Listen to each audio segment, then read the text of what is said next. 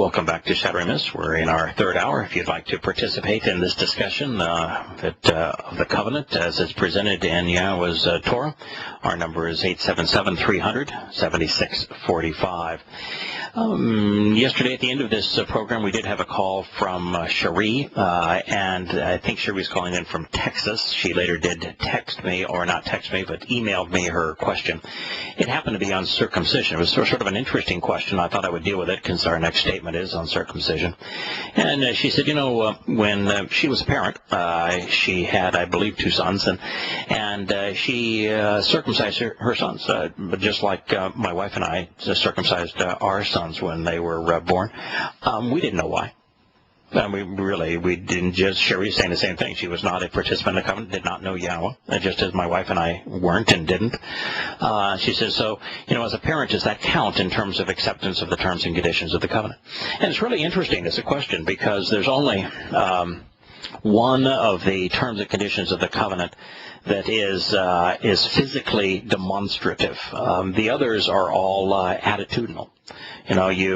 Walking is physically demonstrative, and God asks us to walk away from religion and politics, from human corruption, from everything that Babylon represents. It's still attitudinal. You're choosing to disassociate from those things. God's not telling us, I live in the United States, that I need to walk to Mexico. Or if I lived in Mexico, to walk to Costa Rica, for example. So it's attitudinal in terms of walking away from our country.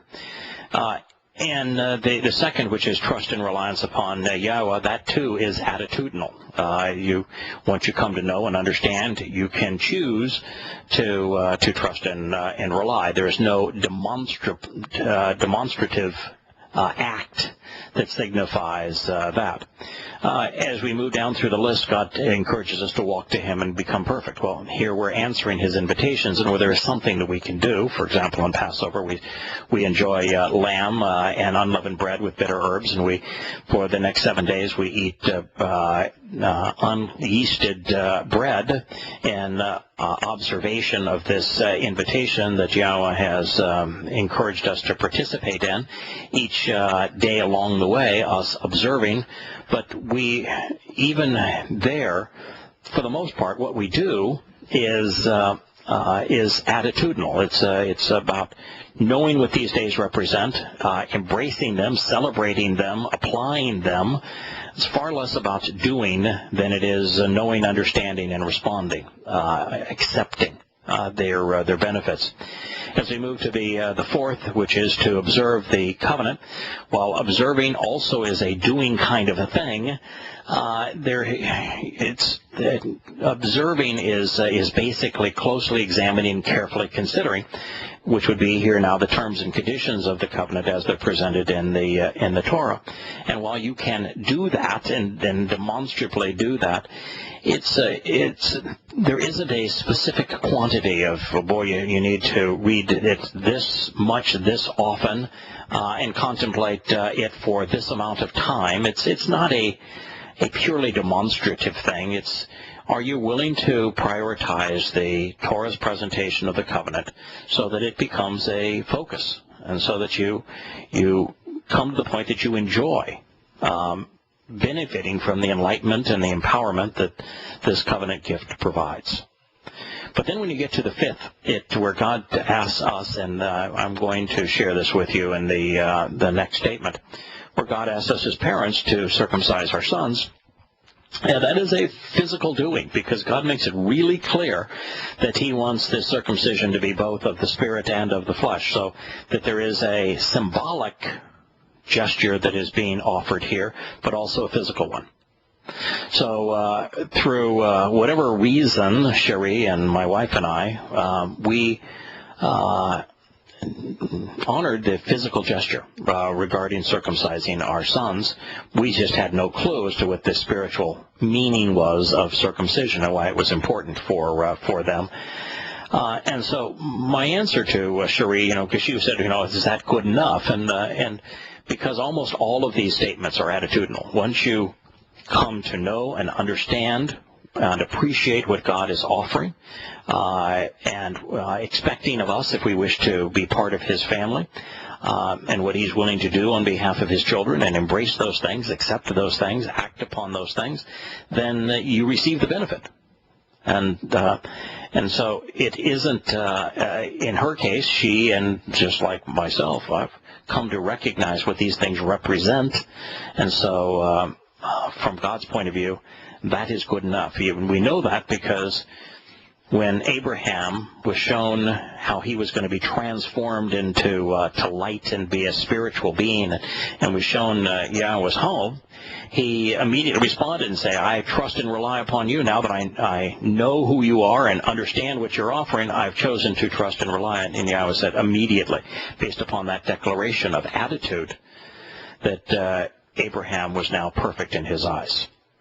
So, best answer to the question is that it's the recognition of these things, coming to know them, understanding them, appreciating them, responding to them, embracing them, accepting them, if you will, that makes the difference with God. And the moment we do that, we're considered acceptable to him and are invited to be adopted into his family.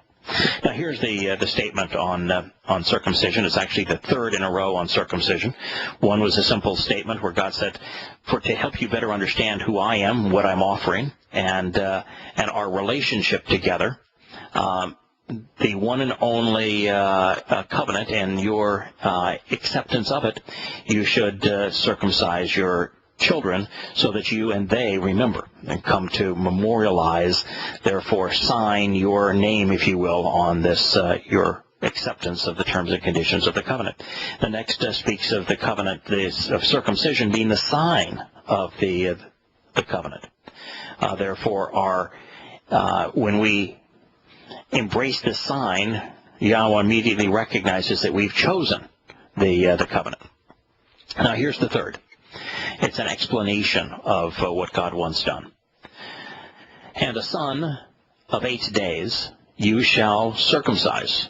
This was written in the niffle stem in this particular case, and the imperfect conjugation.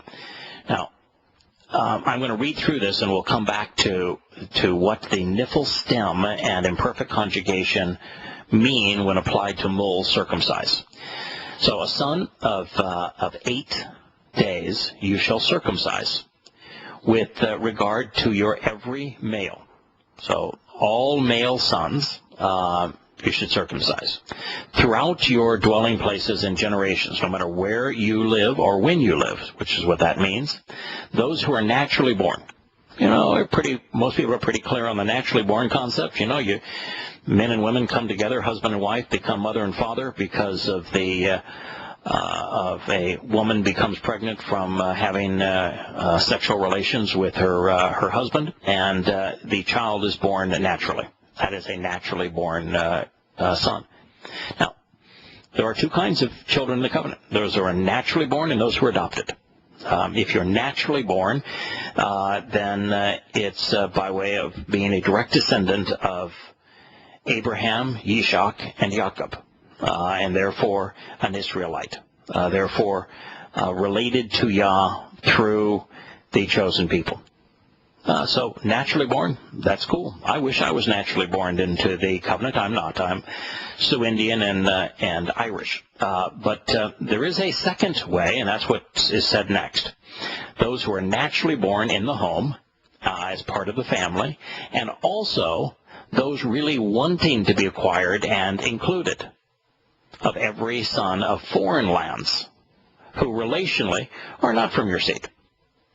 So this speaks of adoption, and it's a uniquely form of adoption here because now rather than the parents saying, the neat part of adoption is a parent can say, other children who were naturally born to their mother and father, they just came out as their children. They didn't have any say in it other than they consummated the process.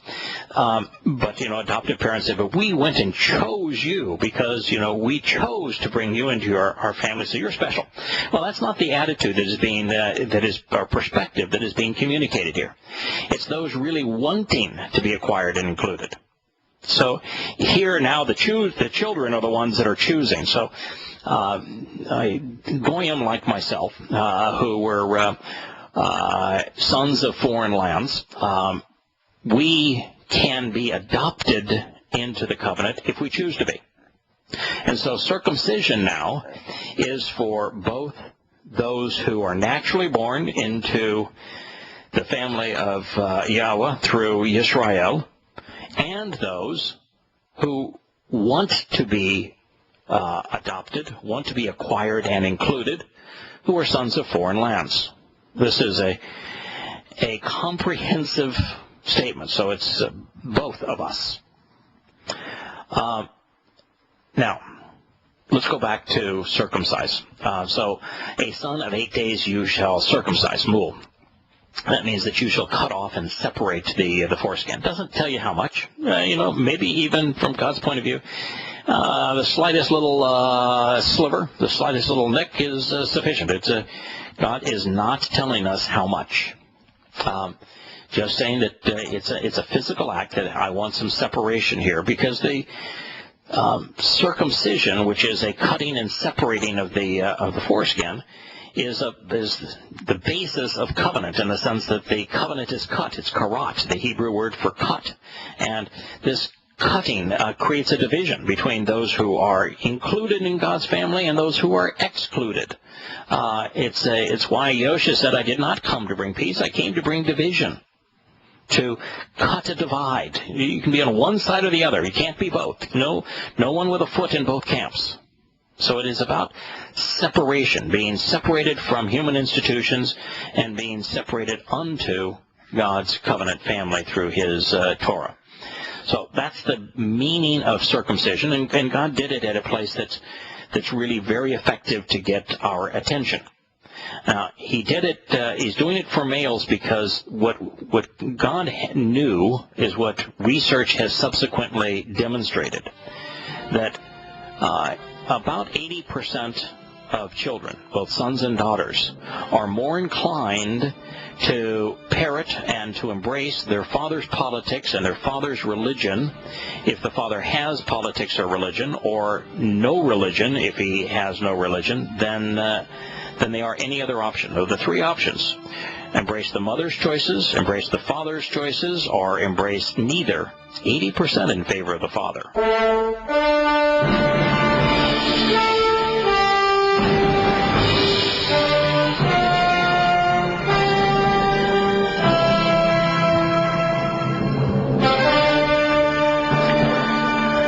To Shattering Myths. I am Yana. You can participate in this program by calling 877-300-7645.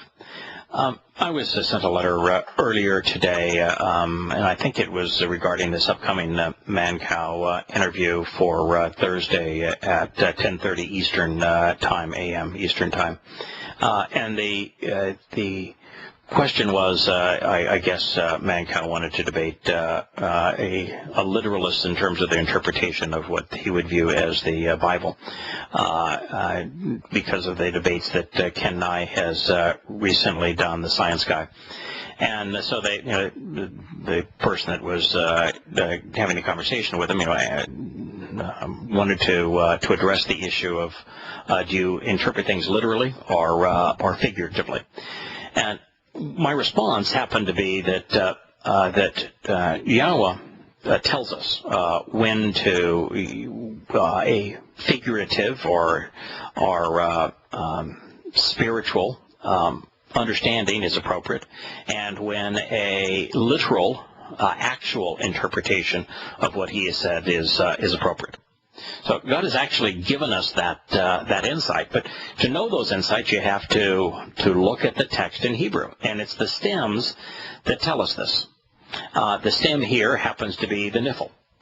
The niphal stem is the passive version of the call stem, with one exception, and the call stem tells us interpret this literally. This is genuine. This is actual.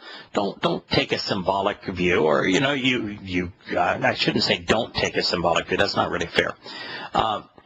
It means to interpret this literally. This is actually occurring. I want this to actually occur. What I'm telling you here is genuine. It's real. That doesn't mean that something that is real can't also have symbolic implications. In fact, most of what God says that's real does. But it means that, at least as it relates to this statement, interpret it literally.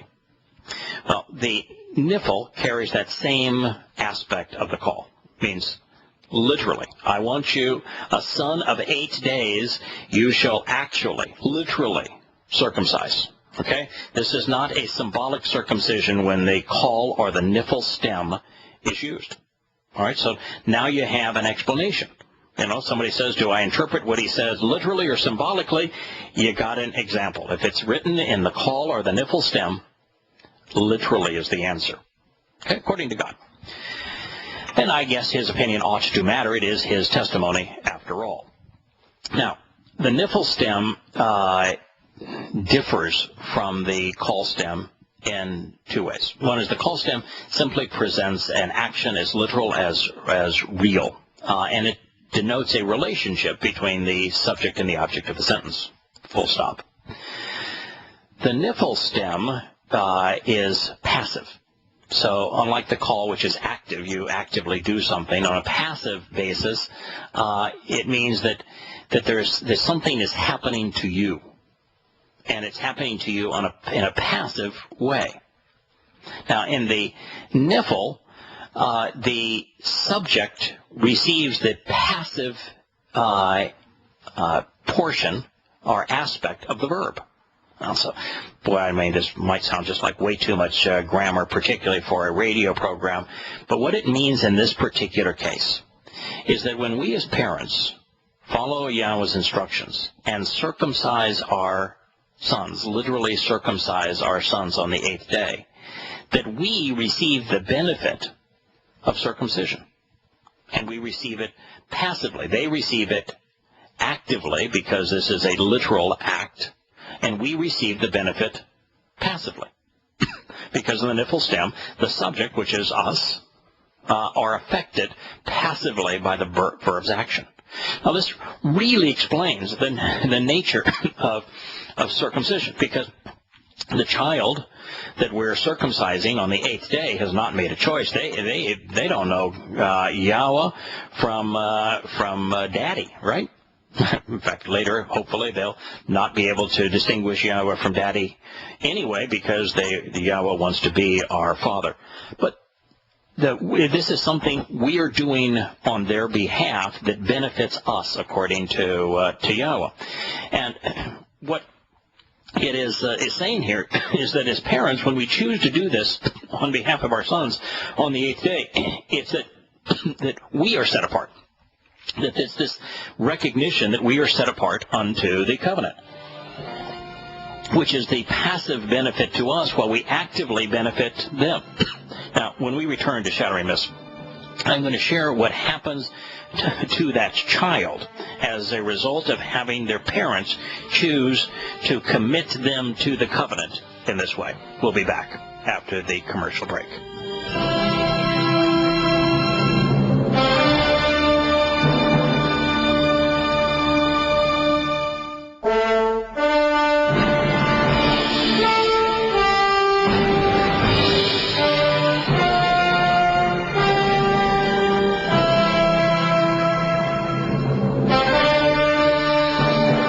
Shattering Myths, we were considering why circumcision, mul, was written in the niffle stem, where the son of 8 days old receives the action of the verb, but passively we as parents, when we circumcise our sons, receive passively the benefit of being circumcised, which means separated unto Yahowah.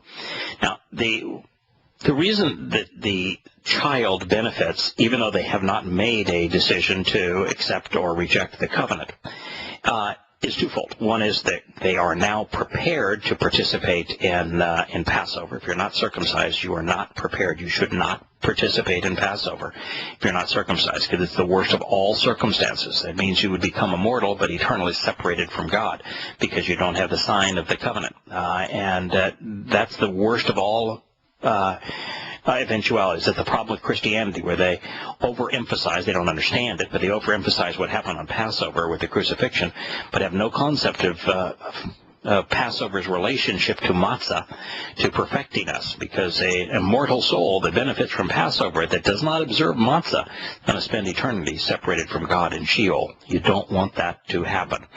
So it prepares the child, the son, to be able to celebrate Passover. It no longer provides a limitation on the son in terms of participating in the covenant or entering God's home, which would be there otherwise should they not be circumcised. But before they're responsible for their own decisions, a child who is parents who are committed to Yahowah's covenant get the benefits of the covenant. God assumes that the family is part of his covenant. So we can, while our children are young, actually accept Yah's covenant provisions on their behalf. And it's only when they grow older and have the ability to make a decision to reject that they can. So as we move towards the tribulation and Yahowah's return, this should be particularly gratifying and reassuring to parents who have chosen to participate in the covenant, because what it means is that while we are expecting us to be gleaned or harvested in the secondary harvest by Yahowah sometime within the next 10 to 15 years, and actually 10 to 13 years the way we sit today in 2014, because I believe this will happen before the fall of, or during the fall of 2026 or before, based upon Yahowah's timeline. If we were to have young children now, and by the time that we're going to be gone, they will not have reached a time where they're going to be able, of their own accord, expressing understanding and knowledge to say, I want to participate in the covenant, but we're not going to leave them behind. That means that they are going to be accepted by Yahowah because we have cut them into the covenant by ourselves as parents being part of the covenant. So it's very reassuring to those who are participating in the covenant, who are young and are just beginning their families. Their families will have this wonderful and merciful benefit. Now, it's also true that the rule, you shall circumcise, was written in the imperfect conjugation. Now, there's this, I'm sure some would say, well, perfect sounds so much better than imperfect. Well, it really has nothing to do with perfect in that sense. It's that the perfect denotes a completed action. And it could be a completed action in the past, a completed action at present, a completed action in the future. It's the totality of that action. Where the imperfect means that the action has no specific beginning and no specific ending. It's ongoing, it's enduring, it's continual, it's consistent, it's habitual. And so the imperfect speaks of an ongoing benefit, in this case of circumcision, both passively on the parents and actually on the child. So it is a wonderful way to scribe this verb, all of which are lost, of course, if you just get an English translation that doesn't convey the ongoing benefits of the imperfect conjugation or of the relational aspects, both literal for the child and passive benefit for the parent of circumcision, mule. That's why when God says, I want you to, I'm encouraging you to observe my covenant and its Torah, which provides it, this is the very kind of stuff that he's talking about. How much more you can gain by this very close examination and careful consideration. Profound differences and simply doing an act and understanding the benefit of the act. Know how it's literal with our sons and symbolic relative to us as parents. There's also something interesting about 8. 8 is used symbolically by Yahowah in the celebration of Sukkah. You say Sukkah is the ultimate destination. We walk 6 steps to God. The 7th is the destination, which is living with God. Sukkah is a shelter. It's a home. It's a time where we are together as family, sharing the same home, in this case, heaven. Sukkah, though, means to camp out, which means that God's view of the ultimate destination, when we walk through the door of Passover and across the threshold of Matzah and become Bekutim, firstborn children, adopted into his family, Shabuah, then 7 sevens later, and receiving the promise of the 7 or of Shabbat, and are enriched and empowered by him, we ultimately end up in his home, camping out with him. His home also happens to be the universe. So this is going to be one whale of a camping trip. And in this regard, 8 is symbolic as it is applied to camping out with God, with Sukkah, the 8th day of Sukkah, which is set apart and especially relevant, according to Yahowah. It is symbolic of eternity. He's saying that this camping out together for his covenant children is for all time, forever. That's what 8 means. Even look at the number 8, which is the numeral 8 is from the 8th letter in the Hebrew alphabet. And it is actually the sign, too, for infinity.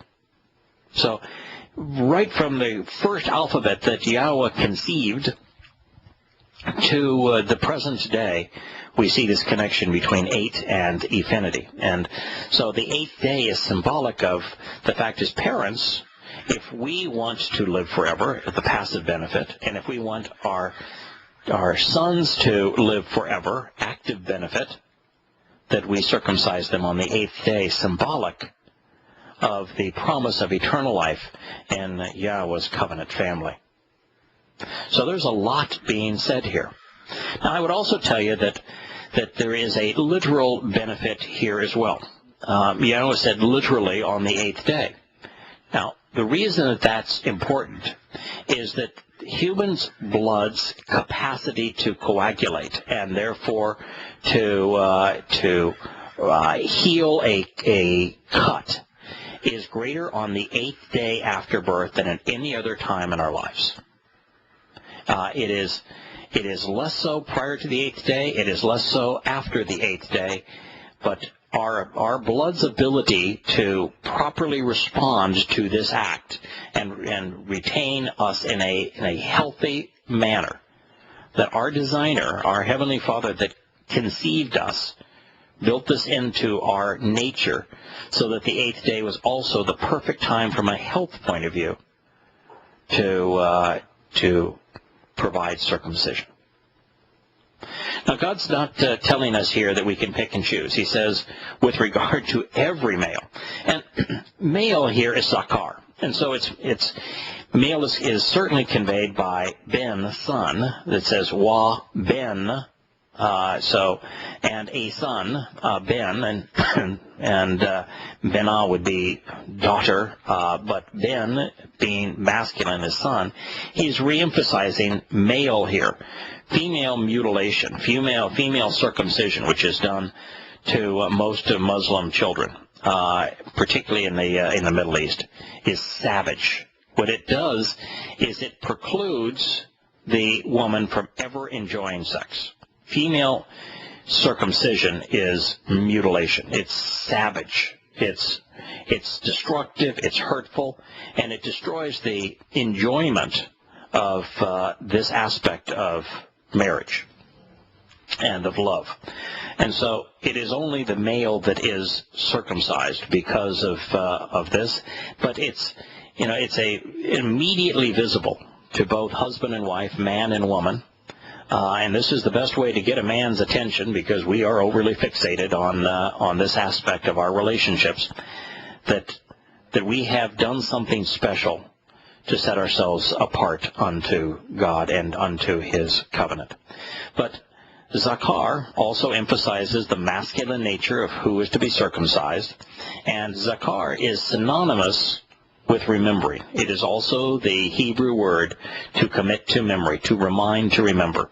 And so when we circumcise our sons, we bathe them, we remember. We're reminded of our obligation, obligation is probably not a really good word, but of our what should be our most important role, which is to raise our children to become Yahweh's covenant children. So we're reminded, we remember, and so do they. So it's a marvelous means to commit to memory. Then God says that this is not just an instruction for one period of time or for one place. He says that this is throughout law, door. Door means generations, and it also speaks of dwelling places. So it's no matter where you live, no matter when you live, this instruction remains valid. We spent a fair amount of time on the last aspect of this, but it is extraordinarily important that we recognize that this covenant, this one and only covenant, is for those who are naturally born, the direct descendants, the seed, the zera of Abraham, of Ishak, and of Jacob, because Yahweh made that promise on their behalf. But it's also equally and no less viable, no less beneficial to all of us who have chosen to be adopted into God's family, who were born in other places by other seed. We'll return in a moment.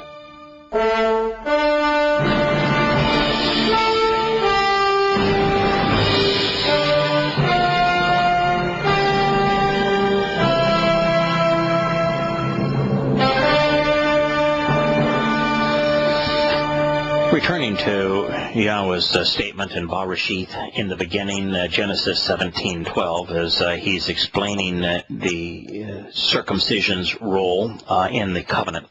Yahweh's presentation here is just so beautiful because it applies to all of us. Now, he's already said it's to every male, sons of 8 days old, and he has said it's for no matter where you live or when you live, by throughout your generations and dwelling places. Then he describes two groups of people.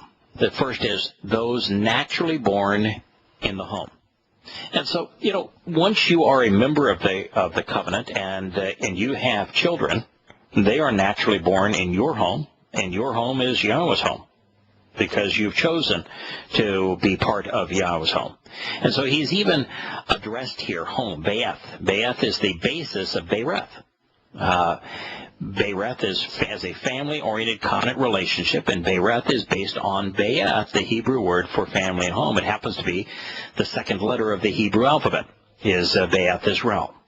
So it is, and that's in fact, the English word alphabet is a transliteration of the first two letters, Alf, and Be'eth of the Hebrew alphabet. That's how we get the English word alphabet, from these first two letters, with Be'eth meaning home. So here we are with the first group being naturally born, and most of us understand what that means, in the home, is part of our family. So if you have embraced and accepted the covenant and you have children, then those are naturally born in your home, even if you are not a direct descendant of Jacob. But of course, if you are a descendant of Jacob, this is God's instruction for those who are naturally born.